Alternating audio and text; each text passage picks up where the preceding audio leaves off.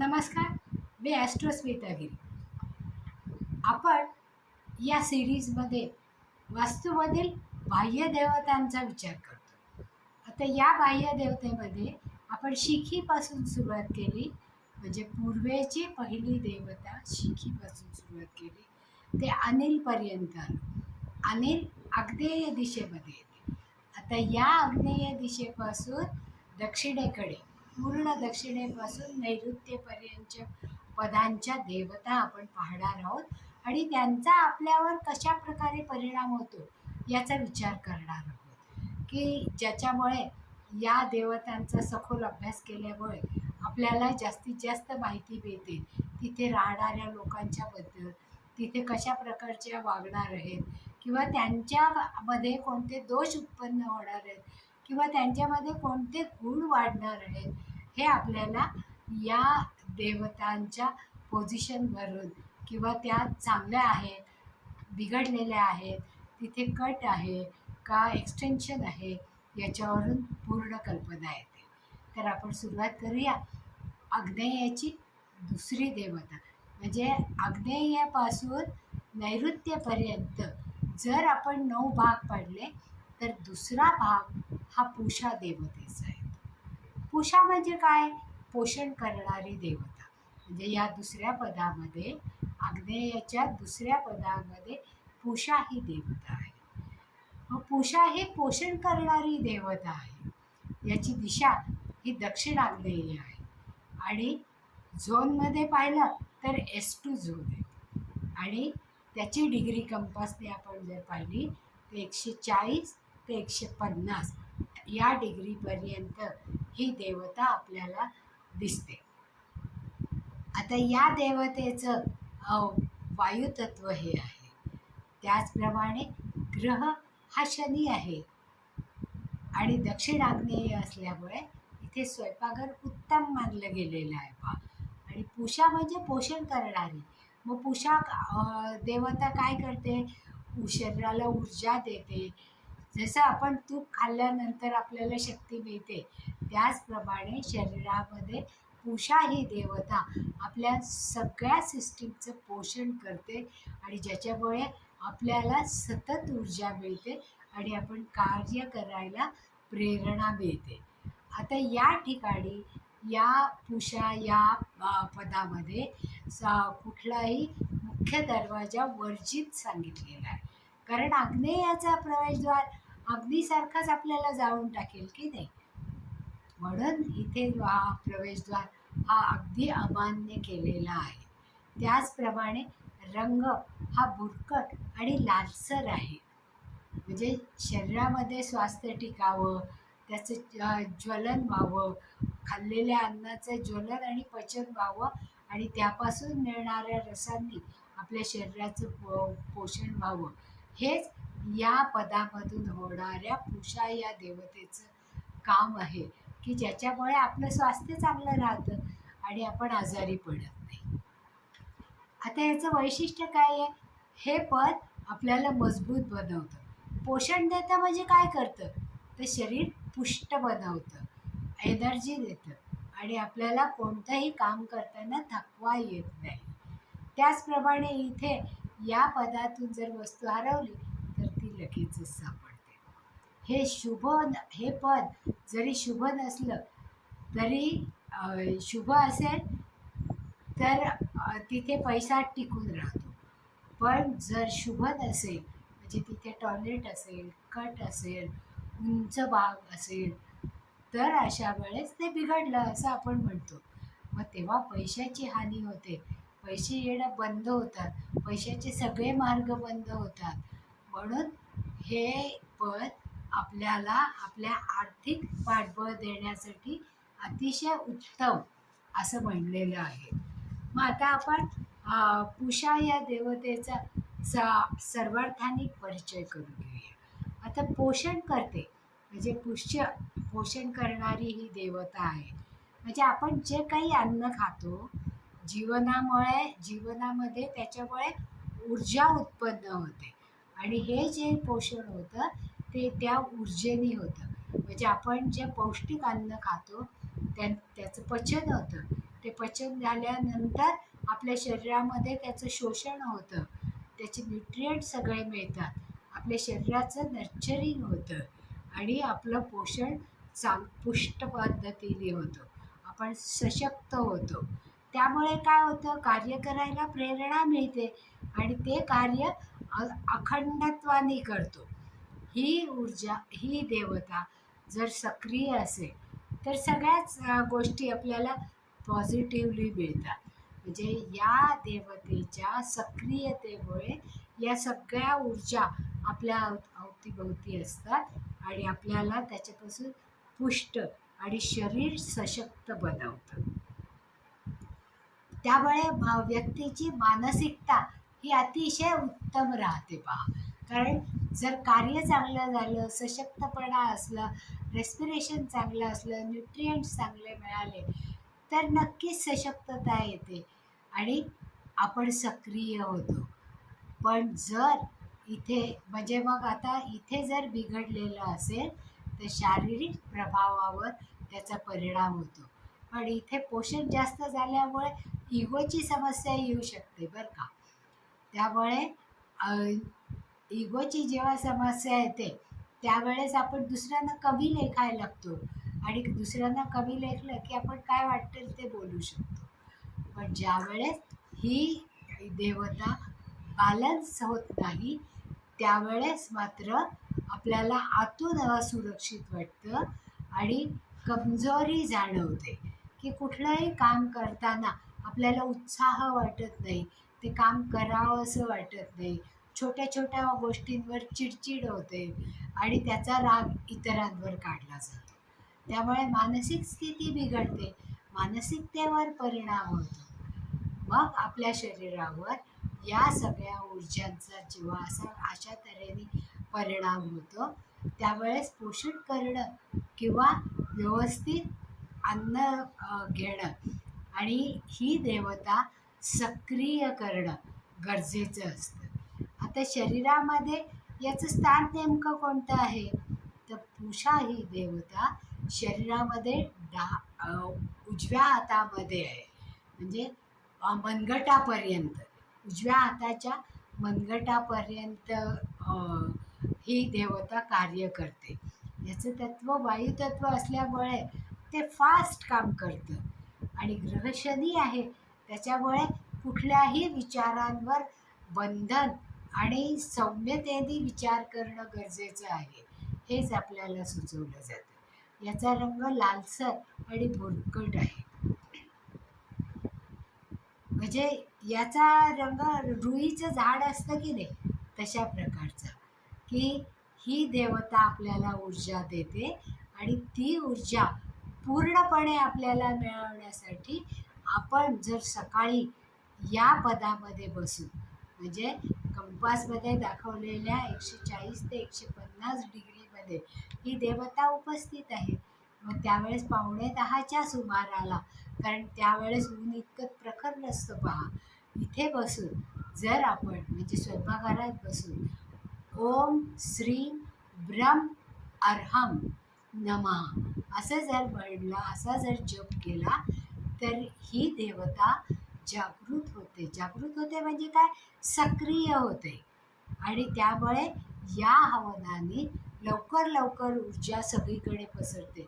घरामध्ये तर सगळीकडे पसरतेच पण त्याचा आपल्या शरीरावर आणि स्वास्थ्यावरही परिणाम होतो. आता इथे किचन आहे, मग किचनमध्ये सगळा स्वयंपाक बनवला जातो, मग तो स्वयंपाक अतिशय उत्तम आणि रुचकर होतो पहा. त्यामुळे उत्तम पोषण होतं आणि जे काही पोषण होतं ते सगळं ॲब्सॉर्प्शन शरीरामध्ये होतं, ज्याच्यामुळे चांगली ऊर्जा मिळते. लहान मुलांना विशेष करून या भागामध्ये बनवलेलं जेवण जर दिलं तर त्यांचं शरीर आणि मन पुष्ट होतं आणि ते आपल्या आयुष्यामध्ये येणाऱ्या सगळ्या समस्यांना तोंड द्यायला सिद्ध होतात. म्हणजे मुलं सशक्त झाली की ऊर्जावान होतात आणि मग व्यवहारामध्ये ते पक्के होतात. मग त्यांची मानसिकता ही सुद्धा पक्की झालेली असते. आता याचा उपयोग काय होतो, या झोनमध्ये आपण काय काय किंवा या भागामध्ये आपण काय काय ठेवू शकतो, तर इथे स्वयंपाकघर ठेवलं तर चालतं.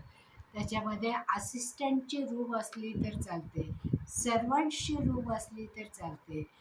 गौशाळा, कारण गावांमध्ये पहा की गाईच्या गोठा हा असतो.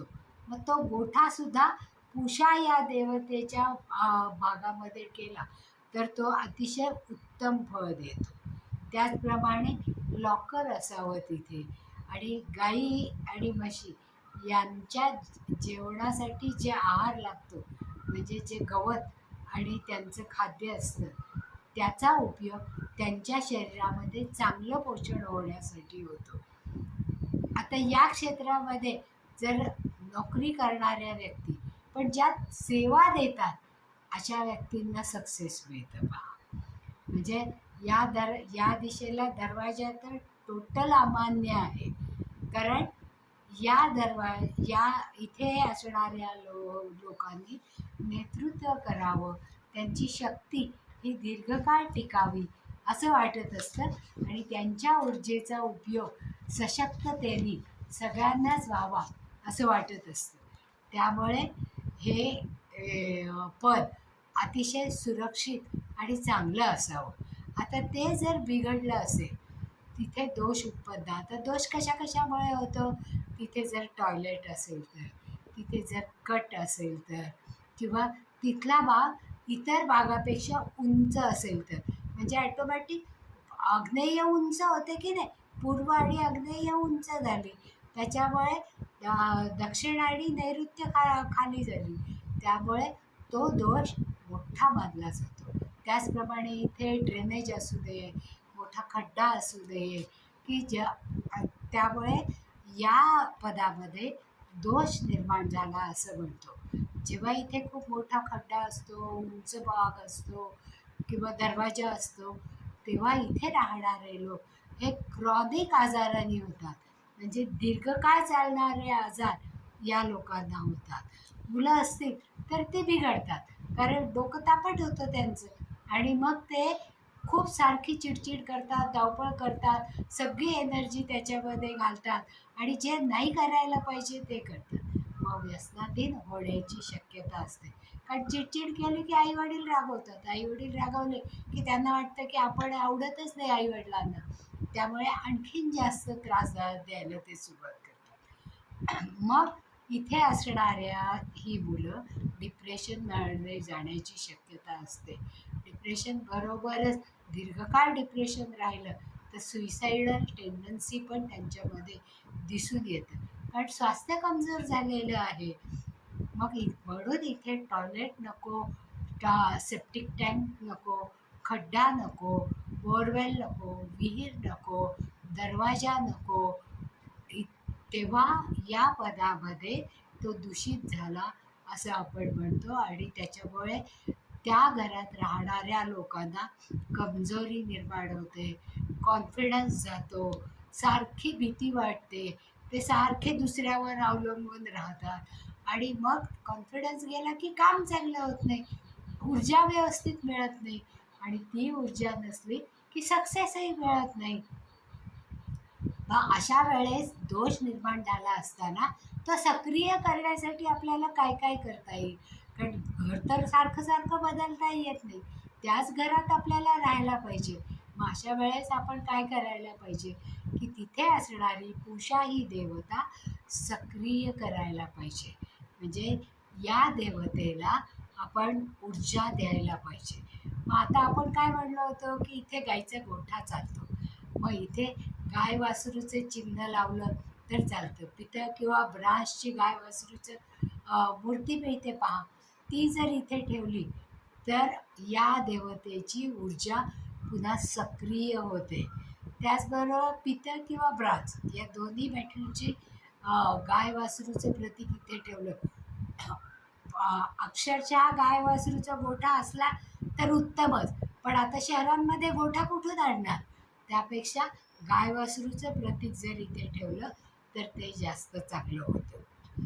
त्याचप्रमाणे चांदीचा गोठ्यासारखा भाग बनवून तो जर फ्रेम करून ठेवला, कारण गोठा आपल्याला माहिती आहे कशा पद्धतीचा असतो, तर तो चांदीमध्ये झोपडीसारखा बनवून तिथे जर फ्रेम करून लावला तर तो अँटिक पीससुद्धा होतो आणि शोपीससारखा लावता येतो. त्याच्यामुळे इथली ऊर्जा ही सक्रिय होते. म्हणजे पुष्यदेवतेची एनर्जी ही सक्रिय होते. त्याचप्रमाणे या देवतेला चंदन आणि लाल गुलाब हे अतिशय, यांचा वास अतिशय आवडतो. मग आपण जर इथे चंदनाचं धूप जाळलं किंवा गुलाबाच्या पाकळ्या सुकवून त्या धुपामध्ये घातल्या तर त्यामुळे ही देवता एनर्जेटिक होते. किंवा डायमंडच्या काचेच्या बांगड्या असतात पहा, की ज्याला खूप पैलू असतात. या बांगड्या जर आपण त्या भागामध्ये जमीन उकरून तिथे पुरल्या तर तरीसुद्धा तिथली पूषा ही देवता सक्रिय झालेली दिसते. त्याचबरोबर कॉपर म्हणजे तांब्याच्या धातूचा इथे जर आपण उपयोग केला तर इथली जी ऊर्जा डिॲक्टिवेट झालेली आहे ती पुन्हा ॲक्टिवेट होते. म्हणजे कॉपरचा चौकोनी एक तुकडा, तांब्याचा एक चौकोनी तुकडा घ्यायचा, त्याच्यावर स्वस्तिक काढायचं, लाल चंदनाने किंवा कुंकवानी स्वस्तिक काढायचं आणि ते फ्रेम करून जर आपण त्या भागामध्ये तिथे येणाऱ्या भिंतीवर जर लावलं तर त्याचा उपयोग ती देवता सक्रिय करण्यासाठी होतं. त्याचप्रमाणे जर तांब्याचे पिरॅमिड गम बीज असलेले असतात पहा, ते रिम ओम ह्रीम गम अशा बीजमंत्र असलेले तांब्याचे पिरॅमिड, प्लास्टिकचे नाही बरं का, तांब्याचे पिरॅमिड जर इथे ठेवले, स्थापित केले तर ही देवता पुन्हा सक्रिय होते. मग आता इथे आपण जर होम हवन केलं तर ती ऊर्जा जास्त चांगली होते. कारण जप कोणता करायचा हे मी तुम्हाला सांगितलेलंच आहे की ओम श्रीं ब्रह्म अर्हम नमः हा मंत्र म्हणायला सांगितलेला आहे. त्या मंत्राचं जर 1 हवन केलं तर ही देवता सतत जागृत राहते. तिला नैवेद्य म्हणून आपण लाया, खीर, दूध यासारखा जर नैवेद्य दाखवला तर ती देवता जास्त प्रसन्न होते. त्याचबरोबर जो आपण होम करू त्या होमामध्ये, कारण अग्नी हे देवतेचं मुख आहे, त्याच्यामुळे तिथे जर आपण हवन केलं, लाल चंदन किंवा गुलाबाच्या पाकळ्या आणि गुलाबाचं अत्तरासारखं आणि साजूक तूप यांचं जर हवन केलं, लाल गंधामध्ये मिक्स करून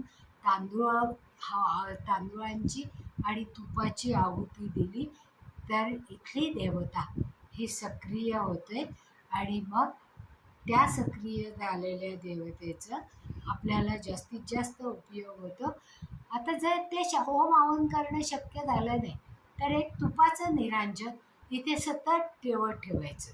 किमान 21 दिवस तरी अखंड दीप तुपाचा इथे लावला तर ही देवता जास्तीत जास्त सक्रिय होते.